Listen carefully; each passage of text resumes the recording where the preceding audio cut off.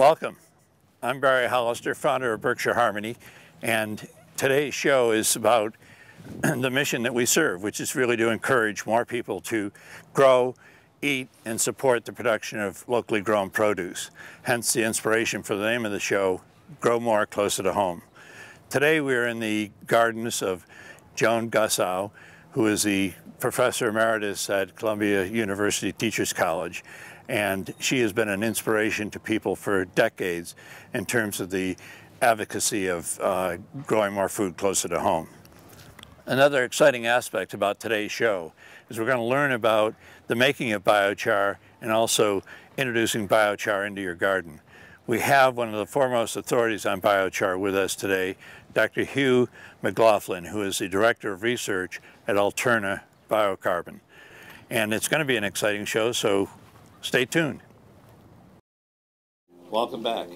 I'm Barry Hollister. This is Berkshire Harmony's Growing More Food Closer to Home. And today we're with Joan Gussow at her lovely home and gardens along the Hudson River.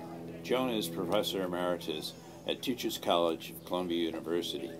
And she has had a long history of advocating for growing food closer to home. And I'd like Joan just to kind of look back over the last few decades and kind of bring us forward from how she was introduced to it and the history that she's had advocating for growing more food locally. Joan, maybe you can take us.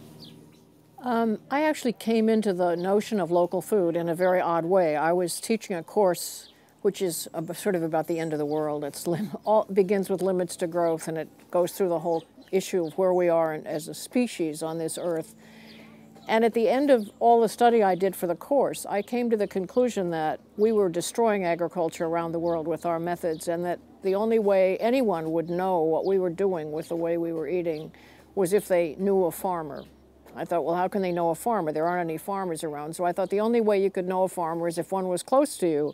So the only way we could keep farmers close to us was to start buying what they grew year-round. And so I came to the idea that we should be eating food from nearby. And I first wrote about this at the end of a book I did in 1978. And I think a lot of us came to this notion, some people from other places, because of the energy crisis, which made it clear that shipping food all around the world made no sense at all. And so I began contacting other people, some of them John Jevons in California, other people who were doing this kind of thing. And the movement grew until we elected Ronald Reagan president, at which point he told us it was morning in America and we didn't have to worry about energy anymore. And so it all died till about the 1990s, early in the 1990s, and then the movement has sort of come back. But meanwhile, when I went out and talked about it to my colleagues in the late 70s, I would talk about eating locally, and everyone would say to me, "That's ridiculous. Why would anybody do that? You can have anything you want anytime you want it. Why would you do that? And what would you eat in January?" And I had not a clue. I was from California. I didn't know what you'd eat in January if you lived in New England, where I lived. So I decided the only way that I could deal with that question was to grow it myself. So that's what I started doing. I thought if I grew it myself, I would know what was in season and what you could use. And I started doing that about 20 years ago, I guess. And now I don't buy any vegetables at all in the market. I don't grow my own meat. As I explained to my students, one cow would eliminate the garden in a couple of days.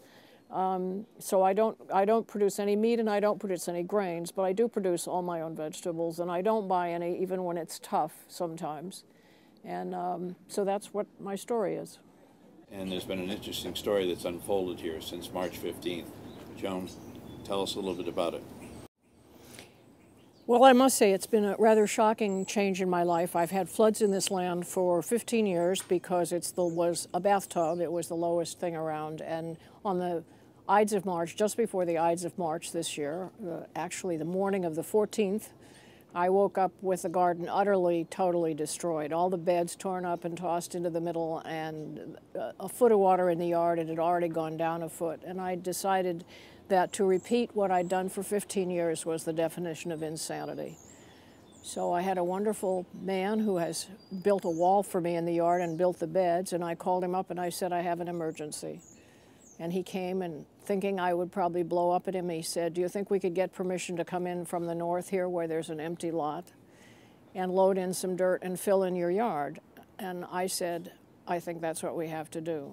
So we dismantled the entire yard, moved all the plants, moved all the trees, shrubs, everything, took up all the pavers, took up all the bricks, moved them next door, and he came in with 200 yards of topsoil, of soil, not topsoil, subsoil, with topsoil to go on the top, and leveled the whole thing about 20 inches higher than it was. We put everything back, and as of last Monday, a crew from Stone Barns and Blue Hill came and laid out all the beds, so I am back in business. All I have to do is plant the garden, and that's the easy part. I must say, this is a very thrilling moment for me to have come to this point where I'm ready to grow, and I'm never going to be flooded in the same way again. That's a pretty amazing story, Joan. It just really shows the commitment that Joan has had to growing more food closer to home, and to restart her gardens anew at this particular point is an amazing story. Coming up, we're going to learn more about how to make biochar and actually how to introduce it into your soil. We have with us today Hugh McLaughlin, who is one of the foremost authorities on biochar, and he's going to take us through that process.